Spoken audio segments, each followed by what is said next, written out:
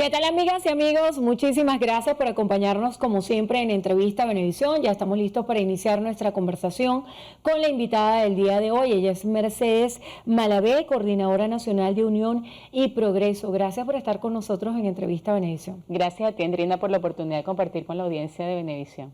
Lo que ha sido la noticia de los últimos días ha sido la tendencia al alza de tipo de cambio, y esto ha generado muchísima controversia entre la gente acerca de cuáles serían las causas de estas variaciones en los precios que se habían mantenido estables en los últimos días. El presidente Nicolás Maduro asegura que existen intentos de perturbar la recuperación de la economía en Venezuela y ve este evento como un agente desestabilizador por parte de distintos factores de la vida nacional. ¿Qué opina usted acerca de esto?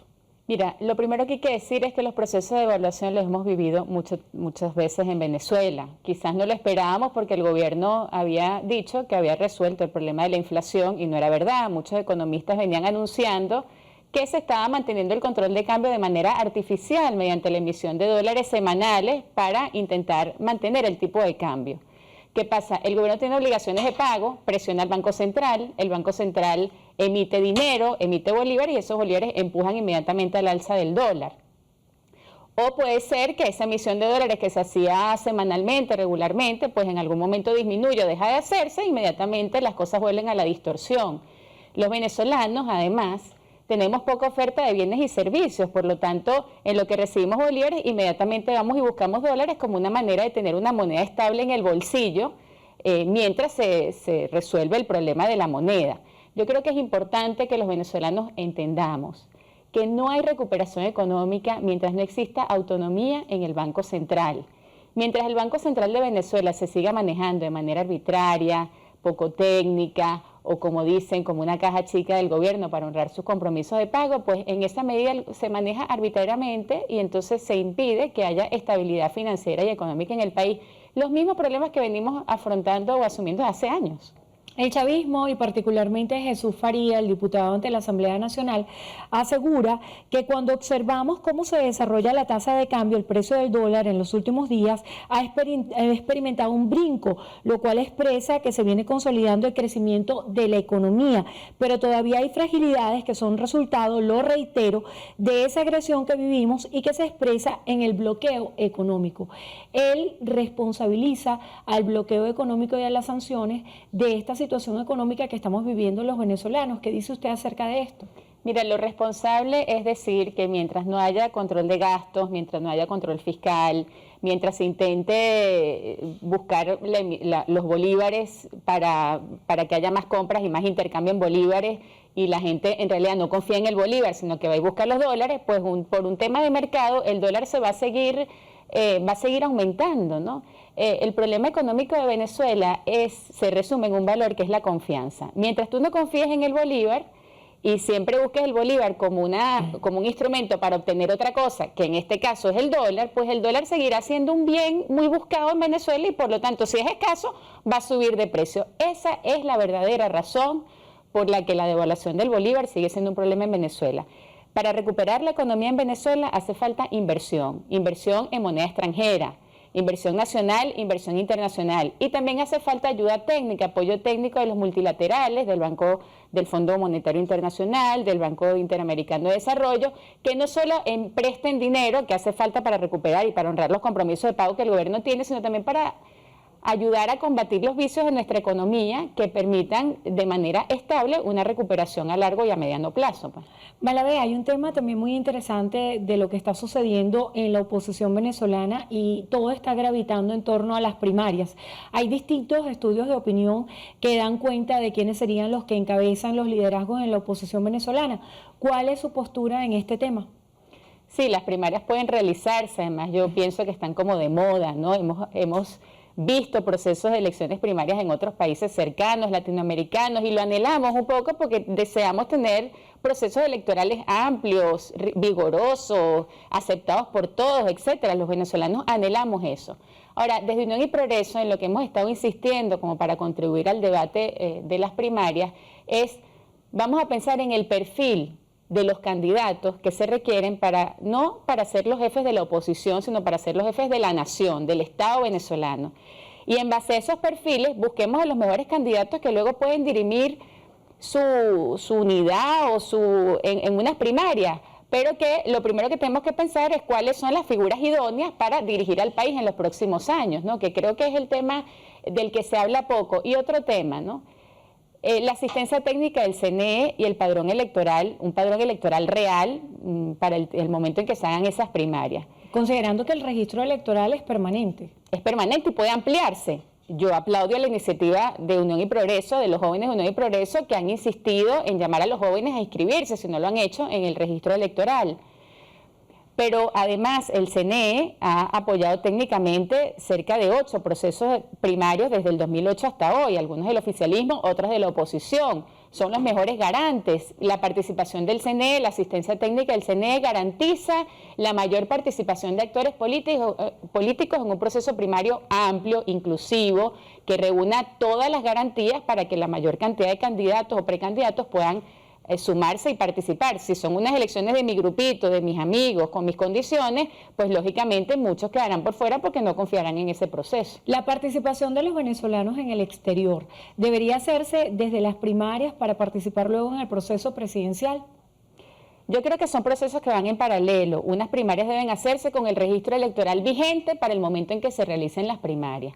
Al mismo tiempo hay que insistir, porque es un derecho constitucional, en que los venezolanos en el exterior puedan inscribirse y votar en el exterior. Ahora, tenemos que actuar con mucho realismo, sabiendo que la población electoral en Venezuela actualmente puede crecer, y que también hay que presionar mediante negociaciones, acuerdos. Recordemos que esto tiene que ver con el tema diplomático, que en este momento es problemático en Venezuela, para que la mayor cantidad de venezolanos en el exterior pueda participar, pueda inscribirse y eventualmente participar en el proceso electoral del 2024, 2025 y los que vengan. En torno a las primarias hay muchas tesis. Hay quienes piensan que debería hacerse una segunda vuelta, hay quienes piensan que luego se debería llegar a un consenso. ¿Cuál es la postura de su partido? Mira, nosotros otro tema que hemos puesto en el tapete sobre las primarias es el costo de las primarias, ¿no? Las primarias son sumamente costosas. Si hablamos de 2 primarias, imagínate mucho más, ¿no? ¿Quién tiene el dinero para hacer eso en este momento? ¿Cómo hacer para que el gobierno, que maneja recursos, no intervenga en ese proceso de la oposición mediante sus recursos y sus maneras de introducirse en esas dinámicas, ¿no? Por lo tanto, pareciera que lo más sensato en este momento es, primero, repito, pensar en cuáles son los perfiles. Eso nos va a dar una lista mucho más reducida de personas porque, bueno, hay unos que quieren ser candidatos pero que no tienen las condiciones para dirigir al país. Quizás pueden dirigir a la oposición, pero no al país, a la nación. La nación necesita candidatos de unión nacional, candidatos que sean capaces de reconciliar a la nación, candidatos que sean capaces de forjar acuerdos de amplia base para poder hacer los cambios económicos que el país requiere y no como se están haciendo ahorita, que prácticamente son en contra de los trabajadores y en base a las ambiciones de un pequeño grupo de políticos. En torno a lo que usted dice, hay más de 4 decenas de candidatos hasta la fecha. Sí. ¿Quién reúne para usted ese perfil al cual ha hecho tanta referencia a lo largo de la entrevista? Caramba, decir nombres es difícil, ¿no? Pero sí podemos pensar, lo he dicho en otras entrevistas, en figuras que hayan estado al margen de la confrontación radical, existencial que ha habido en los últimos años, ¿no? Que se ven como personas que van a llegar al poder a vengarse del otro o a anular al otro, ¿no? Figuras más bien de consenso, las puede haber en los estados, quizás candidatos o personas que hayan estado, aunque hayan pertenecido a grupos políticos determinados de oposición, hayan estado al margen de la confrontación existencial que le den garantías a todos. La tesis del outsider, ¿la compra? Eso es una tesis que se maneja, me parece a mí, del mundo extrapolítico. Los políticos deberíamos buscar figuras que dentro de nuestra propia oficio, nuestro propio gremio, vamos a decirlo así, seamos capaces de entender, bueno, cuál es la figura que reúne o que podría reunir eventualmente mayores consensos. La figura del outsider además es una figura que sale sin buscarla, o sea, de repente se promociona una persona y reúne gran apoyo popular, pero los políticos nos toca ejercer la política, digamos, no de manera experimental o de manera de amateur, sino buscando verdaderamente quiénes son los perfiles profesionales que reúnen más condiciones de estadista, por ejemplo. Ya está casi finalizando agosto y se había prometido que para mediados de agosto se reanudaba el proceso de diálogo en México. ¿Piensa usted que el diálogo ya murió o es una posibilidad latente de que se retome en los próximos días? Pienso que hay que retomar negociaciones y acuerdos que le permitan al gobierno venezolano pues asumir los problemas sociales urgentes que tiene, como el problema de los servicios públicos, como el problema de la venta de petróleo en el exterior, que además ahorita es prioritario por el tema de la guerra, y para eso hacen falta negociaciones, acuerdos con instancias internacionales que verdaderamente permitan que la situación de Venezuela en el exterior, las sanciones, el bloqueo, pues vayan disminuyendo su intensidad y permitan que el país se recupere económicamente, ¿no? Estados Unidos anuncia que calibrará el proceso de sanciones en Venezuela si no observa buenas señales por parte del presidente Nicolás Maduro. En torno a la política de sanciones, ¿cuál es la postura de su organización política? Mira, nosotros siempre hemos denunciado las sanciones por inútiles, ¿no? Las sanciones consolidan gobiernos autoritarios y empobrecen a los pueblos. Le quitan herramientas de lucha democrática y cívica porque los ponen en situaciones de miseria, muchas veces las sanciones, de asfixia económica. Sobre todo este lado del hemisferio donde la influencia de Estados Unidos es tan grande en todo lo que es la economía de este lado del mundo, ¿no?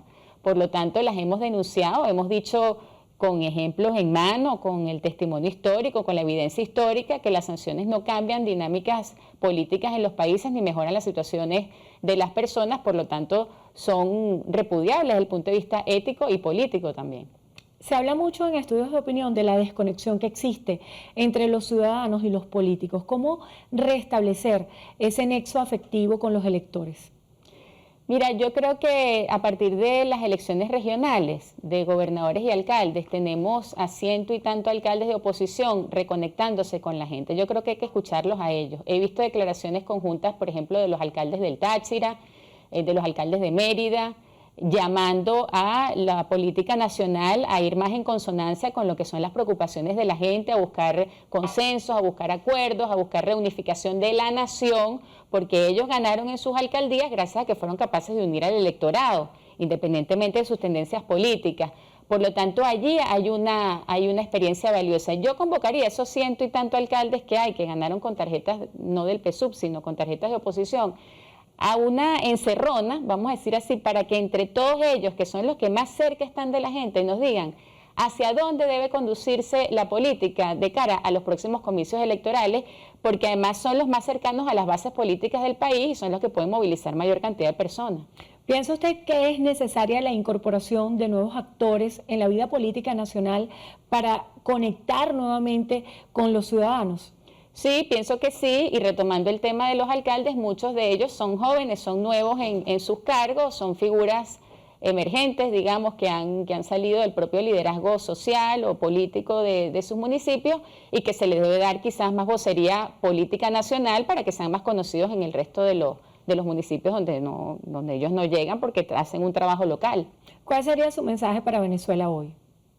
Bueno, en primer lugar, llamar a la calma. Con este tema de la devaluación estamos muy perturbados. Repito, nos habían hecho creer que los problemas de devaluación estaban resueltos en Venezuela, que no iba a haber más inflación. Resulta que no es así, había un control artificial de la economía.